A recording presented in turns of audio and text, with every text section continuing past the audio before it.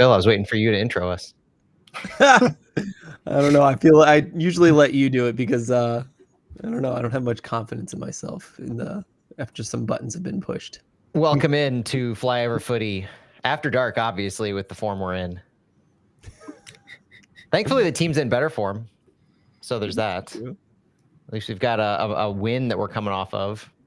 Although I dug into it, guys, and the stat that I have regarding back-to-back wins, it's worse than I first thought. Not gonna lie, I'm not gonna sugarcoat it. I'm not gonna get into it yet, but I'm also not gonna sugarcoat it. What are we gonna say? Back-to-back wins. We had one last year under Hack.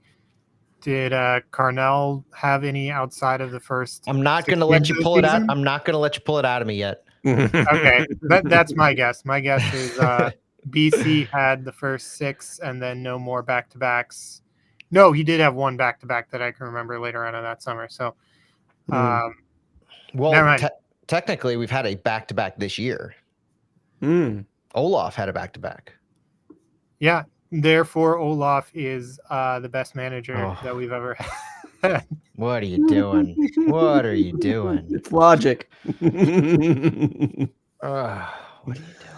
Front office stove is hot. Hope this week has been a shot across the bow for Diego. Did I miss something? Was there something significant happen regarding our front office? Because Diego got a win. Maybe DC United. I was going to say DC United. Yep. Yeah, that's what he's talking about. That's got to be what he's talking about. Yeah. Yeah, we got to talk about that in Wind Down because it is absolutely, man, it's crazy. Their choice was one I hope we do not follow. Oh, who'd they go with? Well, I don't know if we want to get anyway. They got you can mention it now. Erkut Sogut. Mesut Ozil's old agent and the agent of their head coach is their new sporting director or SD, I guess. Yeah. Well, New England's going for Curtin, but like everybody's going for Curtin. If memory serves, rumor was we at least reached out to Curtin last year. He wasn't interested. Nothing official, obviously. Same thing with Bogert. They're all back channel conversations, but Curtin said he wants the right project according to Bogert. I would be shocked if New England was the right project. Yeah. But didn't Caleb they talked about that because Caleb Porter got fired. And then and then subsequently came out. Yeah, subsequently Caleb Porter was speculated for City with nothing to base that off of. So it's truly hot stove season. Truly hot stove season. He's a warm body who can coach in the MLS, so he's going to get attention and rumors. We're like a bargain bin Manchester United right now. Maybe we'll be connected to Graham Potter when he gets sacked in a couple weeks. Who knows? Goodness gracious. Gosh. Well, boys, I'm ready to go live. I'm ready to do the pod recording whenever you are. Check. I haven't even looked at my levels. Looks fine though. It's one of those nights. Let's do it. Here I go. Welcome everyone to Flyover Footy on the Big 550 KTRS. We have a few games left, a little over a few, depending on how you define a few. And we're going to dig into them today with a little bit of news to start us off. There's not a crazy amount to talk about, so I think we'll get to dig in a little bit deeper than usual, which is Matt's speciality, if I may say so. Matt Baker, how you doing, man? I'm doing all right, Phil. Happy to be with you guys. Glad to be talking City. Looking forward to this match. If there's any match that I think was appropriate for us in a win or go home type of a scenario, it's San Jose, the team that we're 5-0-0 against, the team that always seems to be that team we match up with when something big needs to happen or has just happened. I don't know why, but it's always San Jose. They're carving out a niche for themselves in the history of St. Louis City. So it's an interesting look ahead that they're on the horizon. That feels like such a trick. Like the audience needs to hold on to what they expect so that the story arc can really shock them when the reality sets in for the narrative. That's just my opinion on how this season's been going. Stu Holkren's also here to join us. Stu, how's it going, man? It's going well. Always a pleasure talking to you guys about City, even in the darkest of days that we're in right now. Yep. And honestly, I'm just as happy today as any other day. There's plenty to talk about, and I'm excited to get to it. Let's start with the news, Matt. A little scuffle is what I'll call this in training that I didn't even find out, and I've been busy. This is a little bit of drama to start off our show with.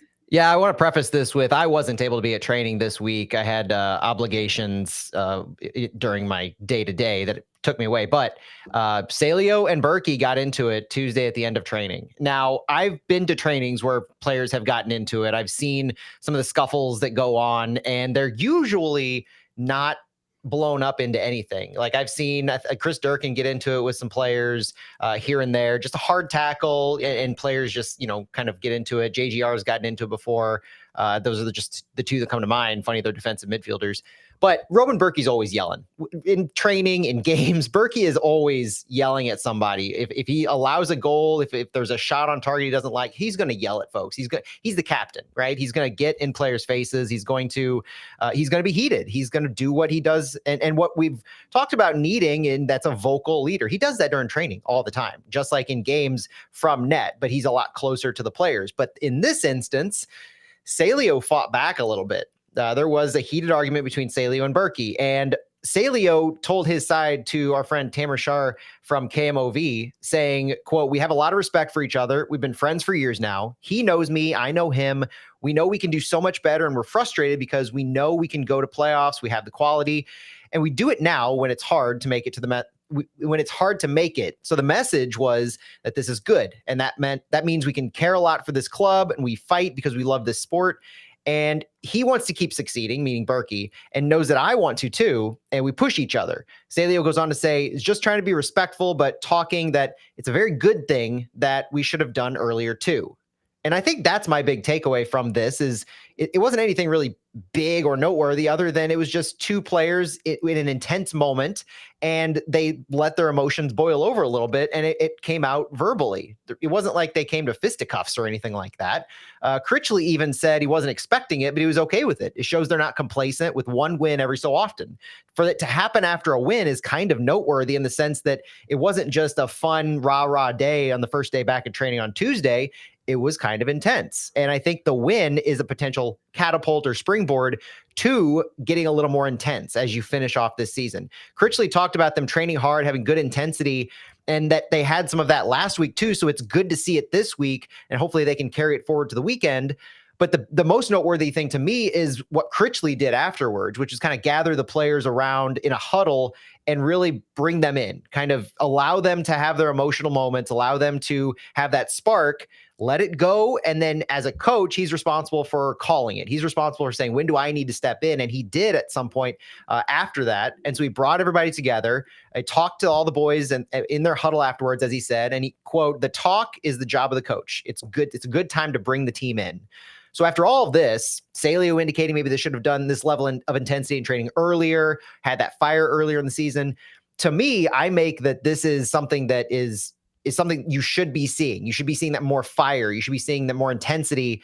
And the coach brings them in and gives them that lesson afterwards. So I took this as a great thing to see. And I just agree with Critch that I hope to see it carry forward into the game against San Jose. What do you think, Stu? I mean, you have highly competitive athletes getting together, practice. I mean, I think St. Louis fans are kind of familiar with this type of thing happening during Blues practices.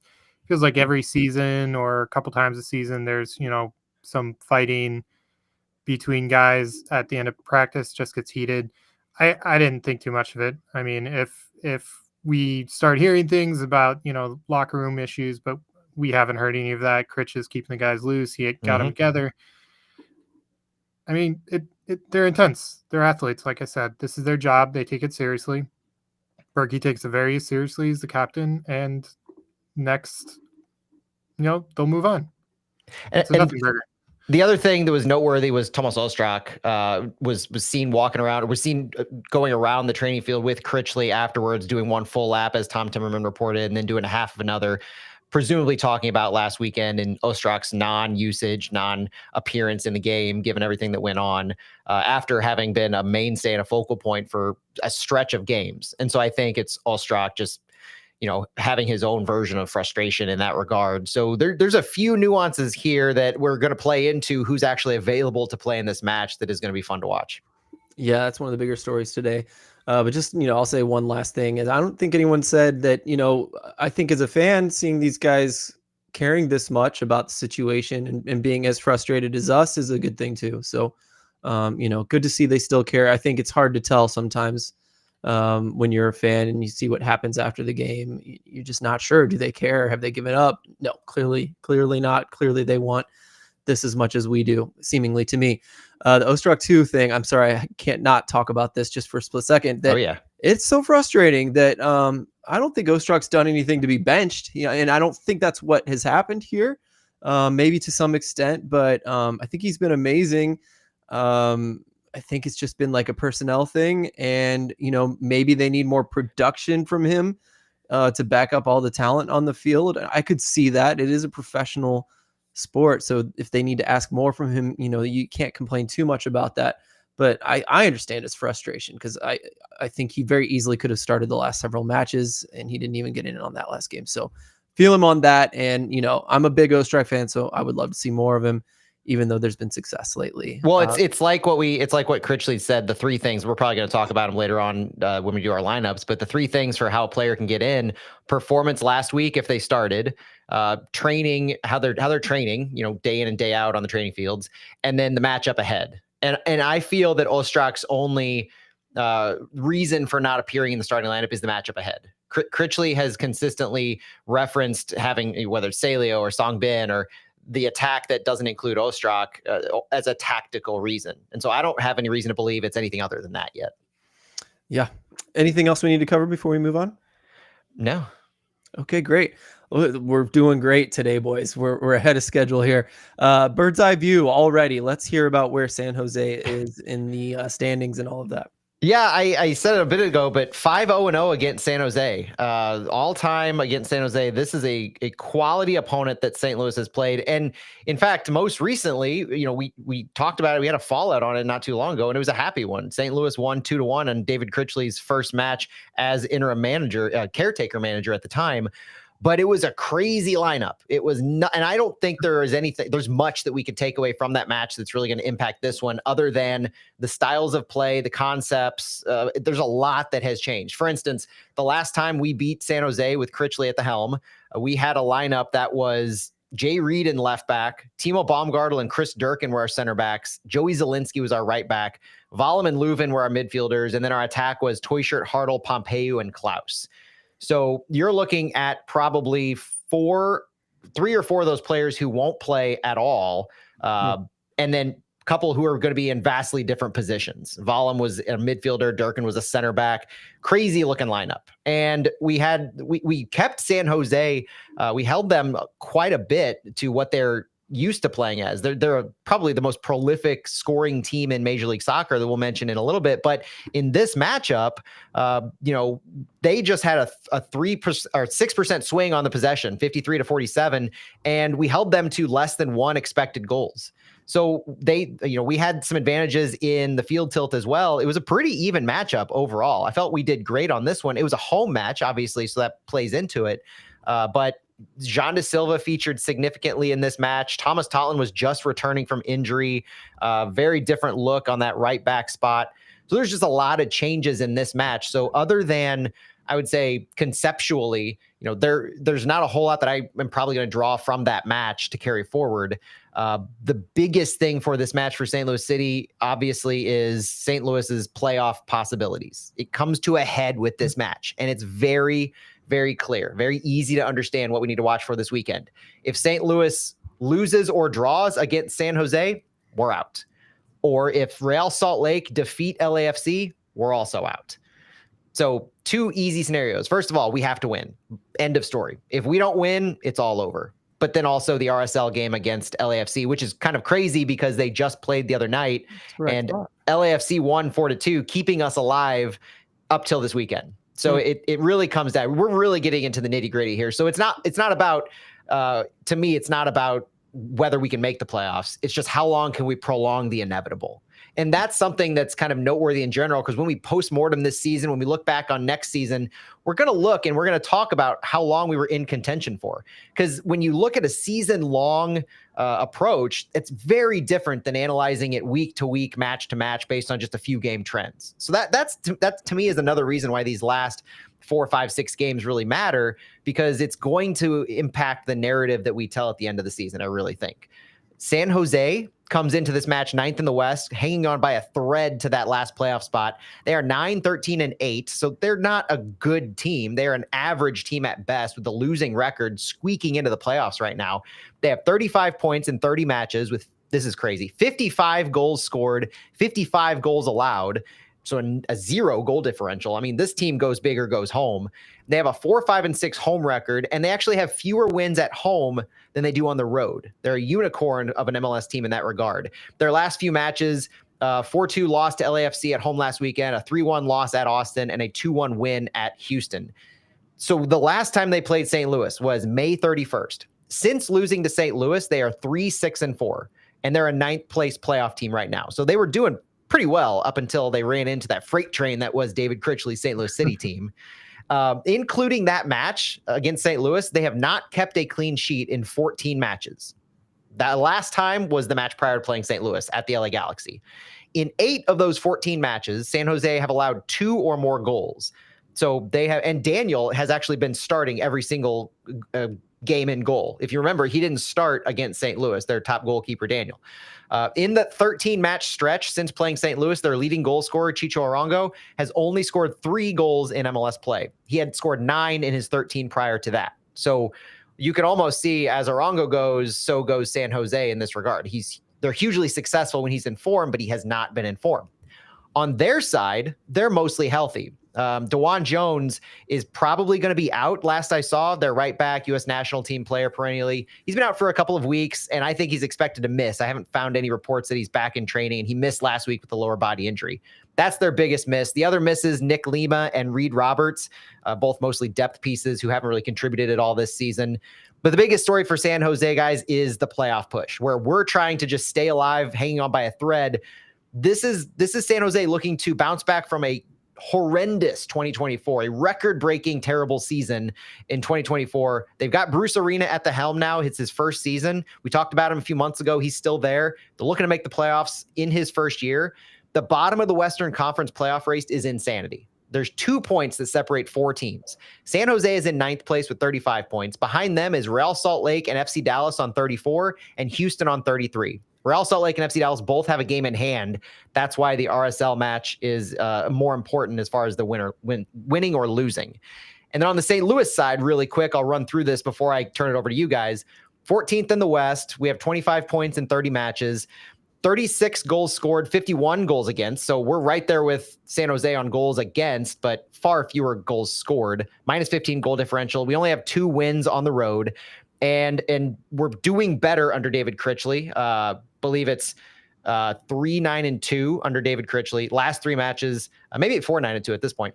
2-0 win over CF Montreal, 1-1 draw, 3-2 loss. So we're looking to bounce back after that win against Montreal. The goals against is still a feature for me. Last season we had 63 goals allowed, and this season with 4 games left, we are on pace to do better than that. So that's something to hang our hat on as well. The thing about this matchup being our second on the road after a win last week is David Critchley picked up his first back-to-back points of his 15-match tenure last week. That's a big deal. As we talk about back-to-back wins, for the first time, David Critchley picked up points, a draw followed by a win. Now they look to put together back-to-back wins for the first time under Critchley, and to have back-to-back wins for the first time since March 25th, 2023 on the road. This was what I was alluding to early before we started recording, Stu, is that City has never won back-to-back matches consecutively, like ever, But the last time they won back-to-back road matches, even non-consecutively, was during their 5-match winning streak to start the 2023 season. It was their final win in that stretch. And the odds in that regard for us winning this week seem Herculean when you realize that we've never won back-to-back road games consecutively. That's wild to me to think of. And we're not doing it at full health, unfortunately. So the player availability report for St. Louis is Songbin Jong is out of the country on a personal matter and will miss the match. That's a huge loss. Falou Fall is sick. He has an upset stomach. He's dehydrated as of Thursday. He doesn't have the flu that David Critchley said, even though he's going to be tested or is getting tested as of the press conference on Thursday. So Critchley was hopeful that he'd be back on Friday, but unsure the extent of it. So Fall is very much questionable. Also questionable right now as we record this going into the weekend are Henry Kessler and Marcel Hartl. Critchley called Henry Kessler day-to-day, but says that they're just monitoring his load. Good sprint distance last weekend, but their objective now is to get him on the field this weekend and be healthy. So more of a load maintenance. Same with Marcel Hartl. He missed training on Thursday.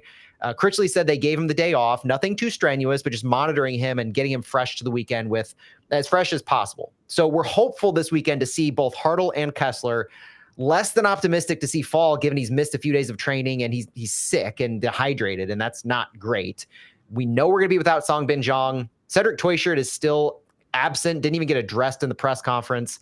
Simon Betcher should be good to go though. Wasn't on the availability report last week, even though he carried an injury into the weekend.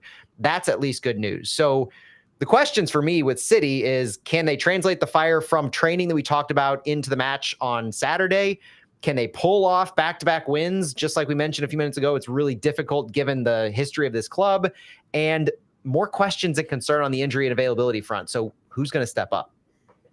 You're listening to Flyover Footy on the Big 550 KTRS. Thank you for joining us as we continue to get you guys ready for this game against San Jose on Saturday. 9:30 is when the game will air, 9:30 Central. Stu, a lot of things to kind of cover there between the matchup, that history between San Jose, the back-to-back wins, if you want to put it that way. A lot of storylines here. Luke Jacob, you should be very happy. Matt took care of you and got all of the availability questions that you had, as he always does. But Stu, yeah, any thoughts on all of those topics? Anything you want to add? I mean, from a San Jose perspective, this is absolutely a must-win. Below them, Real Salt Lake has a game in hand on them. So they're at 29 games. San Jose is on 30. And the rest of the matches this season for San Jose do not look good for them. After St. Louis, they're playing San Diego, and after San Diego, they play the Whitecaps, who are red hot, and then they're playing Austin FC. So yeah, they absolutely need to win this game. They're going to be motivated. They're going to have their tails up. So it'll be tough for us to do the impossible that we've never done before, like Matt said. The fans will be up for it. The players will be up for it. Bruce Arena never likes to lose. So we'll see what our boys have. This is a real test for them. Yeah, I mean, this is where you can talk about Pro-Rel, right? This is how important. No, I'm just kidding. You're not going to do like, that. Where are you going with this? I'm just kidding. I'm not going to do that to you guys. But yeah, when we look, Matt, it was really effective to me when you mentioned the back line in the very first game that Critchley took over versus what we have available now. Looking at this availability, I was a little frustrated. Like, when are we going to have a game where Falou Fall is just written in pen and there's no injuries? Like, we just got Kessler back. Now we're going to have to go without him. All these things happening. I was starting to get frustrated, but boy, are we a lot more blessed than we were when Critchley took over, or when Olaf was kind of at the helm when all of that was happening. So things are good. If someone needs rest, listen, I'd rather not get into a lot of injuries, getting deep like they were earlier. So I'm good with that. Matt, if you want to add anything, feel free. But otherwise, let's dig a little deeper here. I'm ready to dig into San Jose a little bit, get everybody ready for their portion of this. Like I mentioned, Bruce Arena is their manager. I think he's even their sporting director. Took over in the offseason. He's turned this team from a 78 concession team, laughing stock, wooden spoon type team, to now a mid-table in the West, but they're mid-table because of their attacking prowess. They've signed a bunch of players who we saw, most of them last time, at least a little bit. I don't even think Chicho Arango or Joseph Martinez started the game last time. So from San Jose's perspective, they're going to look different in this match than they did against us. They really rotated against us last time, and we pulled out the 2-1 win. So this match has me a little worried for a couple reasons, and I'll go into their names right now. Chicho Arango, first of all, their designated player, forward, central striker. He is their primary goal scoring threat. They acquired him for a multi-million-dollar GAM deal, international roster slot. He's leading their team with 12 goals, had 2 of those on PKs. He ranks among the league leaders in goals per 90 at a 0.7 career rate. So this dude scores goals all the time when he's on the field. And unfortunately, he's not hurt for us. I say that tongue in cheek because we never want players to be hurt, but Stu called it. That was the case last time. Chicho Arango is an elite finisher with versatility. He's great in hold-up play, aerial duels, clinical finisher. He is incredible with his movements on and off the ball, and he's just a perennial player on the MLS team of the match day. He can be isolated if the midfield lacks progression, so if we do a good job cutting off those lines and force him into some offside positions, that's probably how we're going to neutralize him. After Chicho, it's Joseph Martinez, another 12-goal scorer for San Jose this year. 20% conversion rate on his shots. He ranks 4th in MLS in scoring conversion rates in that regard. We are familiar with Joseph Martinez from Atlanta to Montreal to San Jose. He's a proven goal scorer, former MLS MVP, explosive pace and positioning, great in counterattacks. He's had a history of injuries, so it's limited his consistency, and he's less effective in build-up play. So he's a spark for them, but I would say he's not going to be that prolific build-up play compared to Chicho Arango. Christian Espinoza is another one. Creative winger, set piece taker. He grew up in the San Jose Academy, homegrown product. 4 goals, 8 assists. He's got over 200 MLS appearances, and he was an all-star this year. He's a dynamic dribbler and playmaker, a consistent assist machine, and he provides width and crossing. So he's going to be their wide attack player, and he's going to be their distributor. His defensive work rate is where he's suspect, and he's vulnerable to physical pressing. So I think that experience comes with a drawback in that regard. Ian Hark's a midfielder, central attacking midfielder, box to box, 3 goals, 2 assists on the season. You've got DeJuan Jones, who is a key player for them, but he should miss this game. So we may have a little less quality in some of their wide areas as a part of that. Other notable players, they've got Bo Leroux, midfielder with 4 goals and 3 assists. Useni Buddha, a forward with 3 goals, and Dave Romney, center back for defensive work. Their strengths, San Jose's strengths with all those players, it almost starts and ends with their attacking firepower. The Earthquake lead MLS in goals per game and expected goals, driven by Chicho Arango and Joseph Martinez. Their mix of possession buildup and direct diagonal play and crossing has a lot of consistent threats that they are consistently bombarding teams with, and it's just magnified with Christian Espinoza's service. They do have this veteran leadership between Christian Espinoza. They've got Joseph Martinez, Chicho Arango. These are veterans in Major League Soccer. They bring leadership, they bring depth, and they help to bring on some of the younger guys that they have. Homegrowns like Espinoza's become a leader himself. They've got prospects like Cruz Medina, Nico Sikaris. It's a good blend of veterans and youth. And the other piece besides just attacking firepower is they're good in transition. They do excel in counterattacks, and they're versatile in how they operate this. They've had some possession-focused games. They're good in the counter and the transition. Bruce Arena is no stranger to needing to employ dynamic attacks and dynamic looks, and that's what this San Jose team is built around. But they're a little fragile on the defensive front. The backline concedes too many chances. They've got some good additions like Daniel Mooney and Dave Romney, but they are poor in goals against. Like I mentioned, they've come down from last season in goals against, but they're still up there. That's why they have 0 goal differential. Their midfield is a little suspect. They've got turnovers in buildup. An over-reliance on Christian Espinoza in progression could be a point of weakness if St. Louis can neutralize Espinoza and really target him when they're off the ball. And San Jose is pretty inconsistent under pressure. They've got back-to-back losses multiple times this season. Implementation from Bruce Arena of their structure is continuing to evolve, and they have lapses, particularly in some of their away games. Daniel is their primary goalkeeper, who we didn't see that first time. And so without him, they're clearly a weaker team. Earl Edwards Jr. did not have a great game, but we look for Daniel to be back in this one, unfortunately. And then usually a fortress at PayPal, the Quakes are just 1-2-4 in their last 7 MLS games. So not great at home. That's definitely a weakness as of late. Under Bruce Arena, the Earthquake have more of a pragmatic, balanced approach. They emphasize organization and efficiency and not a chaotic style like they did last season. They have a good possession-based build-up. They patiently work through the midfield at times with short passes, direct, incisive play. They play like using Christian Espinoza, for instance, exploiting Arango and Martinez's aerial movements. It's indicative with their league average of 50.9% possession. So it's 17th lowest, right there in the middle of MLS in possession because they operate both ways.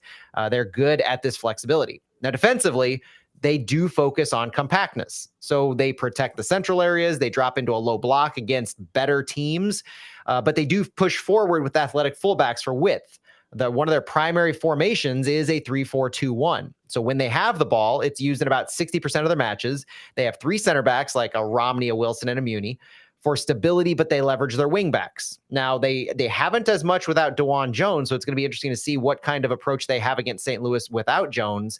But even then, they've got some creators wide like Espinoza and Bo Leroux behind Chicho Arango. So maximizing the attack, covering the flanks, really, really positive buildup for San Jose more often than not. They love to control the ball when they're leading. They're reactive when they're trailing. So getting on the board early from St. Louis could throw them off their game a little bit. And they are really quality with set pieces. One of the more frustrating things we've talked about week in, week out for St. Louis is a propensity to allow goals on set pieces. Last week, I asked David Critchley, and he directly addressed it in something that they were looking to shore up, and they did against Montreal.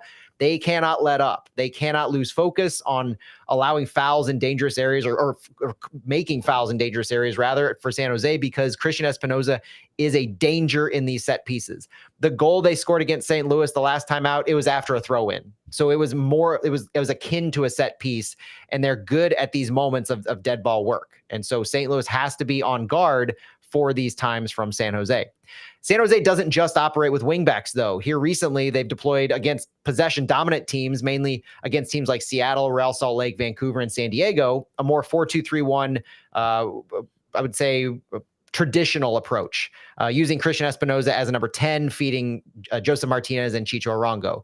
Their defensive shape, though, really morphs into a 5-4-1. They do drop back into a low block. They're very willing to be compact and tight and not allow lanes to be open in the box. Wingbacks tuck in, and that's the biggest thing for St. Louis. Is David Critchley talked on Thursday about the team getting better at being able to attack multiple looks from teams.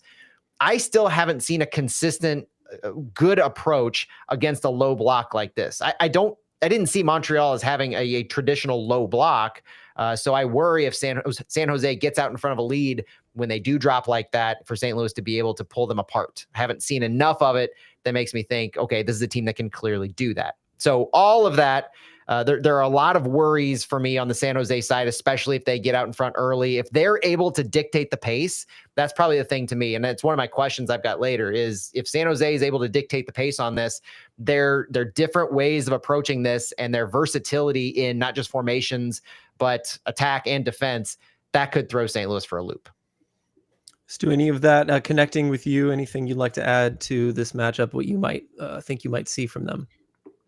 Well, I was trying to look up the our XG numbers versus XGA numbers while under Critchley, and kind of wonder if that first match didn't really have time to set in his stamp. He threw in just warm bodies, as we saw. So it's hard to, like Matt, you said, hard to get a read against how we approached San Jose last time, just with Critch having so little time. But I believe Vollum got two yellows and got sent off in that match sometime in the late. Yeah. So, I mean, I don't know. I think the wheels are partially coming off with San Jose, but while, Martinez and Chicho aren't Buanga and Sun, I mean, no one else in MLS are. They are still two incredibly lethal attacking players that can absolutely rip our defense to shreds if we allow them to. Yeah, Matt, what's speaking to me a little bit is like you talk about if San Jose is able to, they will take their time and build up. And, when they're at home, I wonder if that has to do with some of their home form is if an MLS team puts the onus on them to build up slowly and score a goal. That's hard to do, in my opinion, in most cases. So I'm more thinking not exactly what is San Jose going to do to us, but, how can St. Louis respond to that, which is our next section, right? It is, and a lot of the underlying metrics for this are more favoring the San Jose attack. And that's kind of, no matter how they go about it, San Jose continues to find effectiveness at generating really high quality chances. Looking at the numbers, I love to look at the non-penalty goals minus non-penalty expected goals. That looks at whether a team is over or underperforming their goals scored compared to what XG says they should be doing. And both teams are underperforming. So I mentioned earlier, San Jose is one of the most prolific goal scoring teams in Major League Soccer, but they're underperforming their overall chances. Minus 4.2, meaning they've scored 4.2 fewer goals than the underlying metrics say they should have. And they're first in Major League Soccer in both expected goals and non-penalty expected goals, while being sixth in actual goals scored. This team is just good consistently. The last couple of games where Stu mentioned that they're coming off the rails, it's defensively. So that is their absolute weakness. They just overcome it at times because they're so good at creating chances and scoring goals. They've allowed 7 goals in the last 2 matches. So defensively, massively suspect, but offensively, they're the best in Major League Soccer. And St. Louis, to Stu's point, has gotten a lot better under David Critchley. And we're talking about a lot of goals here recently, minus the FC Dallas match. We've got 2 goals, 3 goals since the Villa game. This is a St. Louis team that's gotten better, and they've risen a little bit from in actual goals scored compared to what their XG is, but they're still second to last in underperforming what the underlying numbers say they should. They have scored 9.1 less goals than what the XG says that they should. And that's throughout Critchley's tenure as well. So they're creating more opportunities, but they're still struggling to score as many as they're creating, what the underlying numbers say. Their teams are pretty far apart in overall goals XG and non-penalty XG. We're talking St. Louis with 35 goals to San Jose's 53, XG differences of 13, non-penalty XG differences of 12. And on the field tilt, how these goals are being created, San Jose has the advantage in the volume of passes into the final third, into the penalty area, and key passes. They're able to dominate comparatively to St. Louis in the final third, and I think this speaks to that versatility and buildup. St. Louis has some kind of crazy field tilt numbers game to game. We're talking field tilt percentages from St. Louis of 31 last game, 89 the game prior against FC Dallas, which FC Dallas was down a man, 26, 45, 28, 62, 62, 55, 54. So Critchley's teams are kind of streaky in this regard. That FC Dallas game where we had 89% field tilt, we were up a man. We know what FC Dallas did, dropping back as low as you could possibly go while still staying on the field. And so beyond that, it's San Jose having 85, 60, 25, and 48. That 25 was against Houston, and so Houston they're a really good team at controlling the ball. San Jose had, I think, a 60% field tilt against Seattle. A team, we know how good Seattle is at possessing the ball and getting into the final third. So this San Jose team can do that if they want to. But the last number I'll say is the PPDA numbers, which passes per defensive action indicates a higher level of pressing. St. Louis's average PPDA is 38.31 meters from our own goal. So just less than 40 meters from our own goal. San Jose's average is 43.34. And in the last few games, they've had 57 meters, 46, 35, and 46.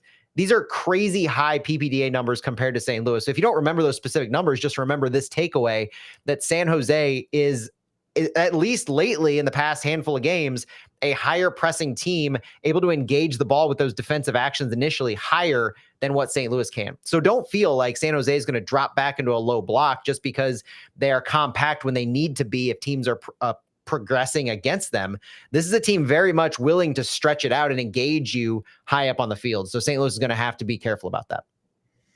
Very interesting. Stu, anything you want to add to that? What do you want to see from St. Louis? I want to see fire. I'm this late in the season. I know, Matt, you're still following and tracking everything to the highly technical level, and I love that. At this point, we're out of the playoffs. I just want to see fire. I want to see goals. I want to see some excitement to end the season on a high note. As much of a cop out as that answer is, it's just Montreal was fun. It was fun to win. It was fun to clap. Just keep doing it. Yeah, I think this will set up some more talking points for you, Matt. So I'll just say that, it used to be, I really enjoyed going up against a team that likes to possess the ball slowly, especially under Carnell, but even Hackworth, because it felt like we could control that, right? The big storyline I keep bringing up this year that is, the teams like PSG started doing it, where you just kick it out of bounds because you can't wait to press and take that ball back or trap the other team into their own third. And so, I love that. And I feel like there's an opportunity to really, they won't go all out all the time, but St. Louis has done a good job under Critchley, picking the right moments to get turnovers. And the more I see, the more excited I kind of get when I watch that, if we're looking for that kind of exciting soccer. But on top of that, I didn't get to listen to Fallout this week. It's been a crazy week, but I thought, granted it was Montreal, but they were at home. And I felt like when McSorley was in, and maybe even under, they've been working on defense, maybe with Fall being in there, toward the end of that game, it felt like Montreal was starting to run out of ideas. And I don't think I've seen St. Louis do that. And so that gave me some hope. And so I just kind of wanted, Matt, I was curious if you agreed with that, or if you wanted to add to that with any of your other thoughts. No, I thought the way that Critchley managed that game against Montreal was smart. Bringing in Seth Antwi when he did, I thought was not just a good idea to give Antwi time, but it was positionally the right move, bringing in a defensive-minded midfielder in that role, but still allowing your team to stretch the field. You weren't dropping back and parking the bus. You offered opportunities to Brendan McSorley, and you kept the ball in space. You made it difficult for Montreal to not just build with the defense that you had, but to possess the ball in general. You're willing to put some of your players in these attacking positions and have McSorley have a go at it in stoppage time. I think that's kind of the balance that City has been seeking this whole time, is when do you need to put in your defensive-minded players? When do you need to maybe park the bus but keep the keys in the ignition? And when can you offer, a rev of the engine to keep things spicy? And that, to me, is what Critchley did against Montreal. I hope it can work against San Jose, because the key, honestly, you boil it down, the key is to get the lead. We can talk about St. Louis's struggles in keeping a lead in anything, but if San Jose is able to get a lead, Bruce Arena's team will be able to dictate how this game is played. And St. Louis historically does not operate well under Critchley down a goal. And I don't think that's the right environment to expect a massive performance. And so coming out early, like we say so often, is going to be very, very key. And I hate saying that because it's a cliche. Obviously, you want to start off strong, but the versatility you will give to Bruce Arena's San Jose team, if you allow them to go up 1 or 2, is probably more magnified than any other team we could play. And I don't want that at all. Okay. Matt, we've got more time. Is there another topic you'd like to bring up to chat about here? I just wonder defensively how we're going to look without Falou Fall. I think Hartl and Kessler, I look for them to go. And if they don't, feel free to come back on me. But Critchley's words, I'm going off of Critchley's words here. Given those two players rests, knowing that they didn't have injuries described, the word knock was not used. So I look for both of those players to be back. But Falou Fall is the one that I'm really concerned about. And as Jason said in our chat, City was so good last game on set pieces because of Falou Fall and the work that he was able to do. His size, his physicality, his movement, that would be a missing piece. And so how will we look again with Timo Baumgartel back in play with Henry Kessler? They operate differently. Critchley said Falou Fall is that player willing to step up, and he's versatile, he's brave, and Henry Kessler complements him well because he's a sweeper behind him. And those roles really fit them really well. So if we get Baumgartel back in here, how are they going to be able to operate with Chicho Arango and Joseph Martinez? And you have Christian Espinoza pulling maybe some of our fullbacks and our midfielders wide to help out in handling him. I think that can break St. Louis apart in what Critchley's trying to do in locking down our back line and taking away some of that space. And those play hand in hand of stopping San Jose's explosive offense, because last match is not going to be a blueprint for this success. I had a question in our notes about, will that last match be a blueprint? No, I don't think it is, because of the lineup differences, the differences that San Jose had. No Daniel, no Arango, no Joseph Martinez starting. And then the fact that it was Critchley's first match. And yes, it was a win and it was good and you got what you needed, but the lineup for St. Louis is so different. I reiterate, there's so little to take away from that match. So just because we beat them, the circumstances right now are just so different. Stu, any last thoughts before we do our lineups? Well, we'll go into the lineups on it, but yeah, who do we play if we're not healthy, like Matt said? So on that note, can I start with my lineup and I my like nightmare it. scenario? Spicy. Okay. Yeah. The nightmare scenario. I like how you prefaced it with Yes. that. Well done. Well, this isn't quite the nightmare that I talked about before we went live, but let's just go with Berkey, Padelford, Baumgartel. I'm going to say if Kessler doesn't travel, we're going to go with Yarrow. So seeing Baumgartel and Yarrow go up against Martinez and Chicho might be exciting. Volum, Durkin, Leuven, Hartl, Ostrak, Celio, and Klaus. So that's my 11. I love it. Stu, you took the reins there, and I think you killed it. Thank you for getting us a starting line there. I think it's a good place to start on this episode, actually. Matt, why don't you go next? It's really not that different. Berkey, Padelford, Baumgartel, Kessler, and Volum. This is me assuming Kessler travels, and I've got Volum almost at that right back spot in pen at this point. That's as hard as I think Critchley likes Conrad Volum in that role. Chris Durkin and Edu Leuven in central midfield. Marcel Hartl, Tomas Ostrak, Celio Pompeu, and Klaus are my attackers. Some background on some of this. I've got Conrad Volum at right back, primarily because of the comments last week. Luke Jacob in the chat says, what's your take on starting Totland but putting Volum higher up in place of Song Bin? At face value, that sounds great, and it accomplishes two things. It gets you two players good with the ball on the right-hand side. Volum has speed with the ball. We know Totland can bomb high, but I think it's a little bit more nuanced than that for two reasons.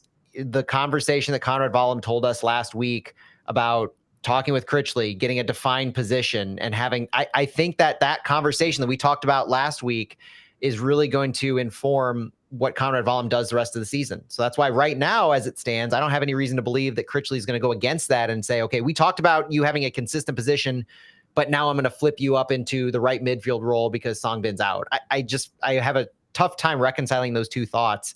So that's why I've got Volum as my right back. But then Critchley's three criteria, going back to that for starting: good performances last week, good trainings day in and day out, and a tactical advantage or the tactical reasoning against the upcoming opponent.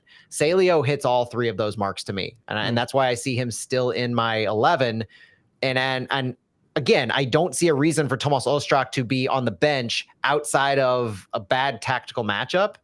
And I think that his progression capabilities with Celio and maybe Hartl or our fullbacks on the wings can help with that. I see quality of Ostrak being a very big positive factor in this game. And then obviously Klaus and Hartl are going to play if Hartl is healthy, which again, load maintenance on Thursday is why he was out. Don't have any reason to believe otherwise.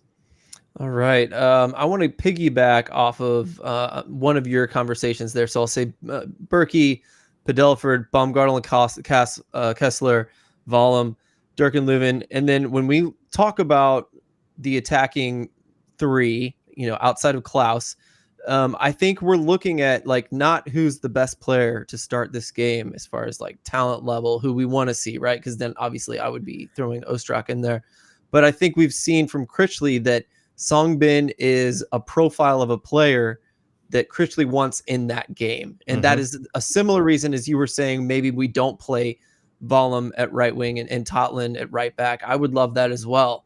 But I think Critchley is dead set on having someone who can push the back line and run in behind constantly throughout a game. So that's why I'll put in Celio for the same reason you said, Hartl as the 10, and Betcher as the right mid to push that back line constantly to try to pin back some of the defenders if possible as well. So I think that's what we'll see. And I would love to see Ostrak in there, everything you guys said, but that's what I will say. Also, lastly, if we need to see someone other than Baumgartel or Kessler or Fall in the back line, I would prefer to just get a look at Wenzel. It's toward the end of the season. I know it's an important game, so it probably won't happen, but I'd rather see Wenzel than Yarrow. And I think they're like similar enough center backs. When you said speedster and size, I love that combination. I think Wenzel could pull that off with Baumgartel, let's say. So see, my dark horses are Jaziel Orozco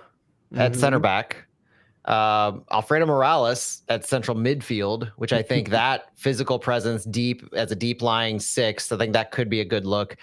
But also Mekhi Joyner. I think our friend Drew Young asked about Mekhi Joyner at the press conference on Thursday, and Critchley had positive things to say, but he also said that the balance in the lineup is being competitive and finishing the season well and strong and picking up as many points as possible while still finding opportunities, mentioning Antwi, Joyner, and McSorley finishing last game. But Critchley's very much focused on getting 3 points, not playing the kids at this point.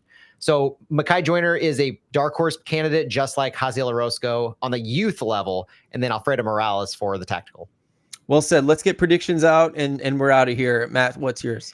I'm optimistic this week. I'm going to go with a 2-1 win for St. Louis. I think the chances should be plentiful. This should be an exciting matchup. It's the late game on Saturday, so there should be a lot of shot opportunities. It could be like a 4-2, 4-3 type matchup, but I do think I look for the goalkeepers to come up big in this one as well. What do you think, Stu? I'm going to say 1-1 draw. Somehow we hold Earthquakes to 1 goal, and it almost puts us completely safe from the spoon. Ooh. I like that. You know, relying on the defense. Maybe they have improved. I would love to see that. It would make me really happy, even if we get out of the playoffs. I will say, I'll go crazy. I'm going to say 3-3 draw. So big exciting game. All right, that's it from us, guys. Thank you for tuning in to Flyover Footy. We love getting these shows together for you, and today we got to go deeper than usual. So Matt, you feel good? I think you got through almost all of your notes, if not all of it. I feel great. And one plug this weekend, we are not doing a Fallout on Sunday morning because of this late game. We're doing a post-game Fallout. Santi and I are going to come at you right after the press conference, live on all of our socials. The pod will be out on Sunday morning, so stay up late with us on Saturday, sleep in on Sunday, and hopefully we're celebrating a win. Love it when you guys do that. It's so cool. All right. Again, thanks for listening, guys. We'll talk to you soon. Have a good one. Bye. Okay. I almost went longer with the goodbye, and I just didn't want to. I like it. Everybody, thanks for tuning in. We appreciate you. Have a good rest of the night. That's it for us right now. Wind Down will probably return next week, maybe the week after, but long week for us. So we appreciate you hanging in there. We'll talk to you later.